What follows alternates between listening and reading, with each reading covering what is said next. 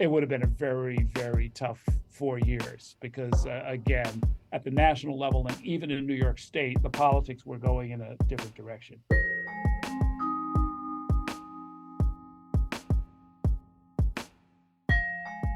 Hi there, it's WAMC News Director Ian Pickus. And on this episode of the WAMC News Podcast, revisiting the legacy of New York Governor Mario Cuomo. It has been almost 40 years since former New York Governor Mario Cuomo's keynote address at the Democratic National Convention, a landmark moment for a generation of liberalism and one that many thought would lead to the White House. Today, Cuomo's shadow still looms over New York State politics, even after his son left office without serving the fourth term that eluded his father. The 2-minute response, yes. I think you have just revealed your extraordinary ignorance of the state constitution and state affairs. If you seriously believe that Al Del Bello's job is going to be to do your negotiating, you had better look at the Constitution and the laws again. It doesn't work that way, Ed. A new special 3-part podcast series, Mario Cuomo, the Last Liberal, looks at Cuomo's rise and legacy. It's hosted by New York One anchor and New York Magazine columnist Errol Louis, who joins us now. Thanks for being with us. Great to be with you. Well, what got you thinking about Mario Cuomo now? Well, there were a couple of reasons. I was kicking it around with my podcast producer, Anthony Roman. We've done this occasionally in the past. We did one series a couple of years ago about David Dinkins, and this was shortly before he passed. It's a chance to kind of put some things in perspective. You know, ultimately, I think what really drove it was the reality that we're coming up on the 10-year anniversary. It's really 9 years, I guess, since Mario Cuomo passed. He was really a pivotal figure in a lot of ways in American politics and certainly New York politics. And with his son having resigned in 2021, that really put an end to the Cuomo era to a certain extent. And so here we are a year later, sort of trying to make sense of the old man, of Mario Cuomo. And there's a certain urgency, I guess, Ian, to just be blunt about it. A lot of people who were close to him and who helped build that administration are getting up there in age. And we had a real recognition that if we don't talk to these folks now, we may not get a chance to do it later. So let's see if we can get their opinions and their recollections and their memories about what that administration was all about and see if we can lay it out for people.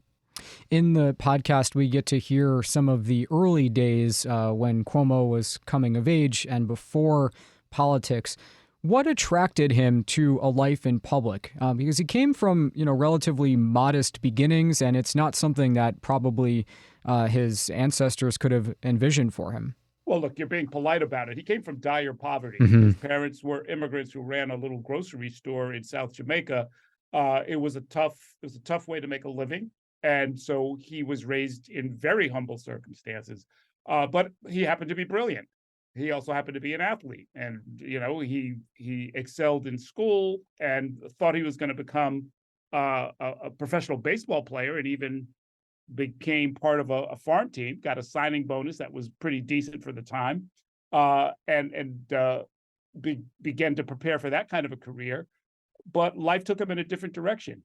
Unlike a lot of the people we deal with now, I'm sure you've dealt with them too, who appear to have wanted to be in public service or to run from office from the time they were about 8. Mario Cuomo finds himself 42 years old, married, an attorney, a successful career. He's got 5 kids. And then he sort of gets tapped. He gets asked by a Republican mayor, John Lindsay, to help straighten out a particular problem. And this is the kind of thing that could happen back then. And that was another sort of impetus behind this podcast series, was to show that you don't have to be a lifelong career politician. You don't have to have been planning it from the time you were in junior high school. You can be a full-grown, fully realized, successful attorney, and then just decide to do politics for the right reason, which is really just public service. So this podcast project is kind of a chance to listen to some of the old clips. And I don't know if you had this sense, but I did. He just kind of had it. He was a natural speaker. He made connections with people. Looking back at his rise in politics, were you able to put your finger on what made him so good at being in this particular role? Well, look, he was extraordinary. Let's take nothing away from him, but he was also grounded in a different political era when your ability to speak actually mattered. This is the pre-television era when words and rhetoric were about the logic and the flow and the syntax and the way you evoked images just with your words. You weren't the image; it was the images that you could summon with your voice that the listeners were tuned into. So he, if you want to put it that way, you could say he was sort of from the radio era as opposed to the television era, and mastered it. He was extraordinarily good in person and on the stump, and it turned out he was actually pretty good in person at the convention, and he could sort of transmit it through television. But I whenever you hear Mario Cuomo, and we listen to a lot of his old speeches, what you hear is somebody who is not thinking about the color of his tie or the tint of his glasses or anything like that. This is somebody who's thinking about the words and the ideas and putting them together in a way that will connect with the listener and stir certain images and certain emotions. That's partly a gift, but it's also a kind of formal training of a kind that I think our public figures don't really get these days. The president said that he didn't understand that fear. He said, "Why, this country is a shining city on a hill." And the president is right. In many ways, we are a shining city on a hill.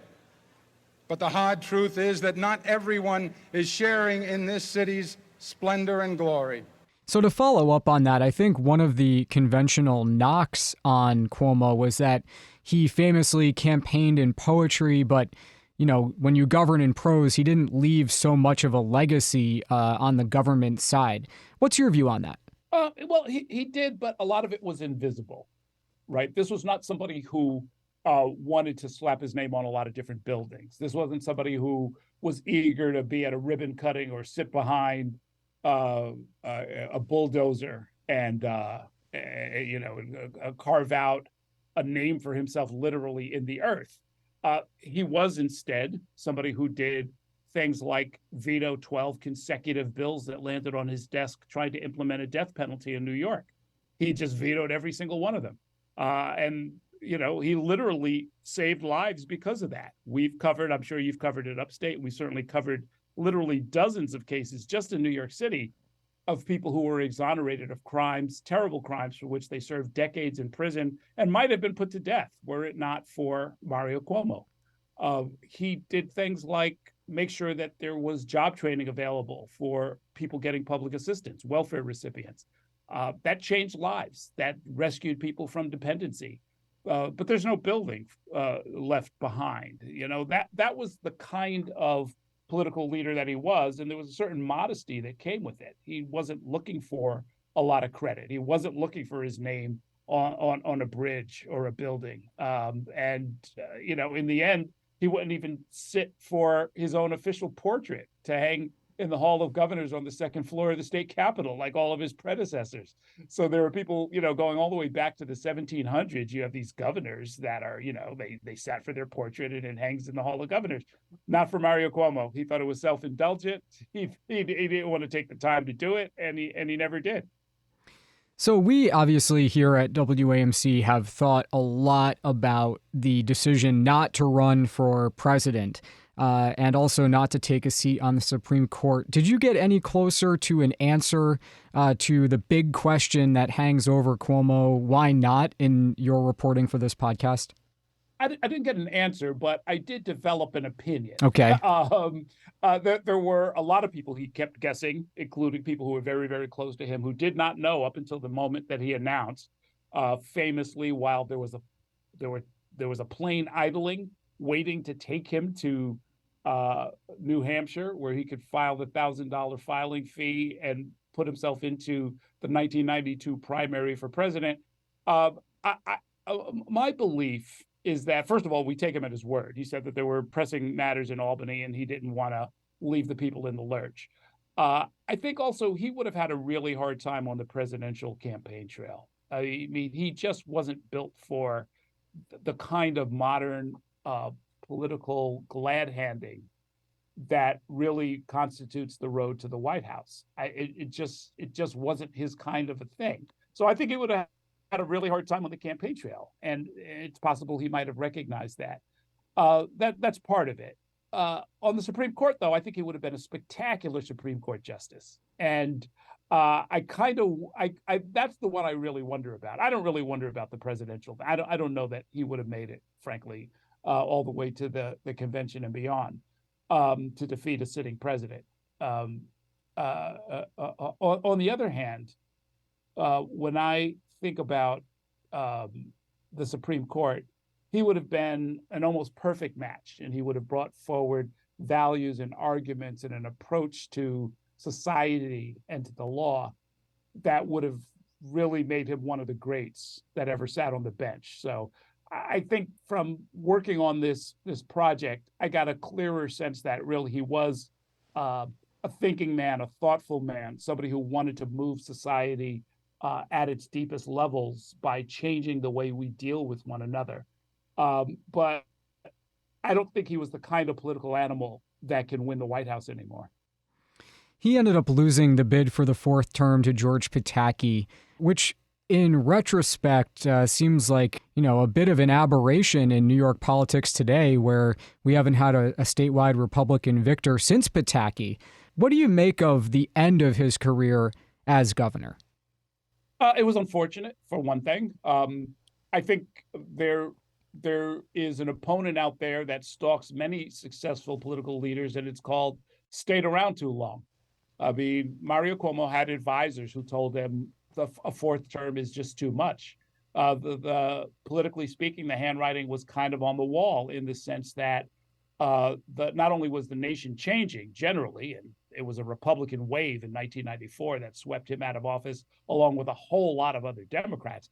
But the handwriting was on the wall just in terms of New York politics, meaning his first reelection was smashing. The reelection for the third term was probably closer than it should have been, and he was running against somebody who was an absolute novice. And the fact that it was as close as it was really an indicator that things are changing, voters' preferences maybe are changing, something is going on in the electorate that you should pay attention to. And as much as we counterpose him, as did the country, as the last liberal, as a very liberal governor of a big state, as opposed to the Reagan conservatism that was also growing in the country, the reality is Ronald Reagan won New York State twice. So, the seeds of his eventual defeat were there.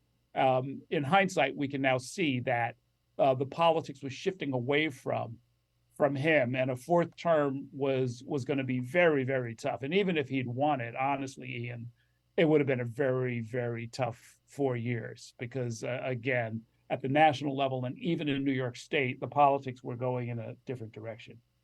So while we have you, let me ask you about some contemporary New York politics. You mentioned earlier, of course, Cuomo's son, Andrew, left office ignominiously in 2021, and there have been basically constant whispers ever since about him finding an office to make a comeback in. Do you see that as a realistic possibility? I do. I see it as a realistic possibility. There's been some decent reporting that there are polls out in the field, and while it's not clear who paid for those polls appear to be asking folks, what do you think of Andrew Cuomo as a candidate for mayor? And somebody's paying for it. So Occam's razor, right? yeah, exactly. He's not done yet, at least not in his mind. He's been showing up at churches where he otherwise has no particular reason to show up, to give speeches before different crowds. He's got a podcast. He's been appearing on other people's podcasts. He's been sounding off on policy. He's still got the bug. He's still got the itch. I know for a fact that he wishes things were going differently with the response to the migrant crisis. And he's got not a few ideas, but some very detailed ideas about how he thinks it ought to be handled. So this is not somebody who's built for the sidelines. His kids are grown up. He's not married. He's still a young man. He's got a lot of energy, a lot of fire, and a lot of ambition. So I'd be surprised if this is the last we've heard from Andrew Cuomo. I'd be surprised if he has run his last campaign at this point. You know, he takes a lot of issue with all the investigations by the Attorney General and the State Assembly Judiciary Committee that effectively chased him from office. But there was a lot of, smoke there for sure. Do you think voters would forgive him enough for him to win, a high-profile office of some kind? I think he could. I think there's probably a path back, and that path, just as you suggest, is through the ballot box. The legal questions, which are not fully resolved at this point, they're either in limbo because there are district attorneys that chose not to take up the complaints of some of the women, or there are civil cases, and we know that there's at least one or maybe two civil cases that were filed under the Adult Survivors Act, as well as some counter lawsuits by Cuomo himself. So, legally speaking, we're not really done with this altogether, although he insists that he's going to be fully vindicated at the end of the process. The question of whether or not the voters will either look past that or not see it as fatal to a successful candidacy, I have absolutely no idea. I have no idea. I do think that one of the problems that he had was actually not related to the legal issues themselves, but rather to the political situation in Albany, meaning, as his problems multiplied and the Attorney General's report came out, nobody really stood up for Andrew Cuomo. Nobody in the state Senate, nobody in the state assembly, even at the level, Ian, of like character witness, somebody to say, well, I don't really know what happened, but I know Andrew Cuomo's a good guy. And I hope he comes through this okay. Almost nobody did that. And one thing I think we all know about politics, at least in New York, is that you really can't do it alone. You can be a maverick, you can have unusual ideas, you can be independently wealthy, but in the end, you've got to put together coalitions. You've got to put people together, and that's the thing I'm going to be watching for, to see if Andrew Cuomo is able to put together the kind of coalitions that can win statewide races. And it's not clear to me that that's ready to happen just yet. So you're closer to this than we are, but how much trouble is Mayor Eric Adams in? Look, he's in more budgetary trouble than anything else. Yeah, about $7 billion. Yeah, you better believe it. And that's just right now. I mean, the full migrant bill is not going to come due for like another year and a half. So we've got an immediate shortfall of about three-ish billion. That's going to be followed by a $4 billion hole in next year's budget, which is due on June 30th. And then the real expenses start, I mean, it's going to be bad. It's going to be bad. So he's got major problems of that variety. When it comes to the ethics issue, which I think is what you're really getting at, we won't know until and unless the Southern District of New York, the Federal Department of Justice, makes clear why they took his phones, why they went through his chief fundraiser's home and took her electronics. I suspect it may be something along the lines of what has happened in the past, which is everybody except the mayor has a problem, or I should say several people, but not the candidate themselves, have a problem. Because we've seen campaigns that went sideways. I'm sure you've seen them too. But it's very unusual for it to involve the candidate personally. And he's been under enough scrutiny. He's been a state senator during one of the most turbulent times in Senate history. He watched a lot of his colleagues in the Senate get carted off to prison. I'd be very, very surprised if he did anything wrong personally. So I guess to answer your question, is he in trouble? I don't think he's in trouble. There are some people around him, though, that I think are going to have a lot of questions to answer. And, nobody likes getting raided by the FBI, and they don't do that lightly. So I assume there may be some fire somewhere under the smoke. I don't think it's at Gracie Mansion, if you want to put it that way. So just one more thing. We're speaking in December. January brings the new state legislative session. One person we haven't talked about today is Governor Kathy Hochul, who will be back for another probably bruising budget season. We know the housing compact is still unresolved. What are your expectations for how the new legislative session will go in Albany? I hope it goes well. There are two things that are of paramount importance, and I'm hoping the governor will get her arms around it. The first, of course, is the housing question. If I understand the reporting properly, I think she may have already raised a white flag in advance on the question of just getting some pure production in the pipeline. Like, we just need housing. Affordable housing would be nice, but really any kind of housing, just on a basic supply and demand level, is what's necessary. And she had a really tough time and was thwarted by the legislature last session. It doesn't look like she's going to introduce it in the same form, and I'm not sure she's done enough of the political groundwork to get a different outcome this time, and that leaves us with a very serious problem. The other issue, of course, is the migrant crisis, and this is where Governor Hochul is very different from her predecessor. I don't think anybody can imagine Andrew Cuomo allowing there to be essentially 58 different policies where every county just decides whether they will or won't take migrants, and New York City absorbs the rest of it. You can't even imagine it. Andrew Cuomo clearly would have, and his people have told me this, would have announced a state of emergency and then told every single county executive, this is what we're going to do. It would have been like a replay of the COVID response. Kathy Hochul's going in a different direction. I think she's trying to rely in part on the power of persuasion, some incentives, a patchwork quilt of some counties that are going to maybe be more forthcoming than others. I don't know if it's going to come together.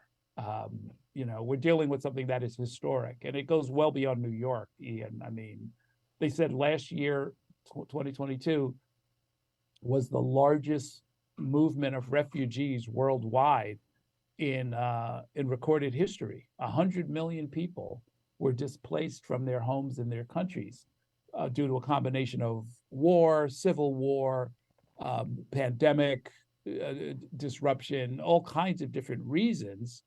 But whatever those reasons are, the reality is 100 million people just got up and moved.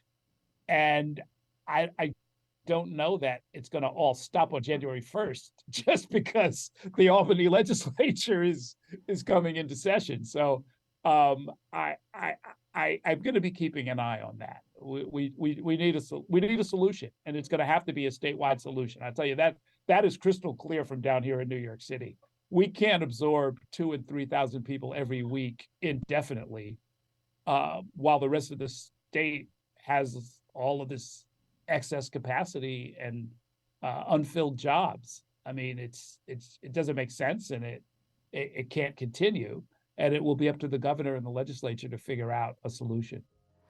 Errol Louis is a New York One anchor and New York Magazine columnist, and the new podcast we've been talking about is on the legacy of Mario Cuomo. It's called Mario Cuomo, The Last Liberal. Errol, I'm a big fan of yours. Thanks for taking all this time to speak with us, and best of luck. Thank you, Ian. Great to be with you. Okay, that does it for this episode of the WAMC News Podcast. Thanks so much for listening. Until next time, I'm Ian Pickus.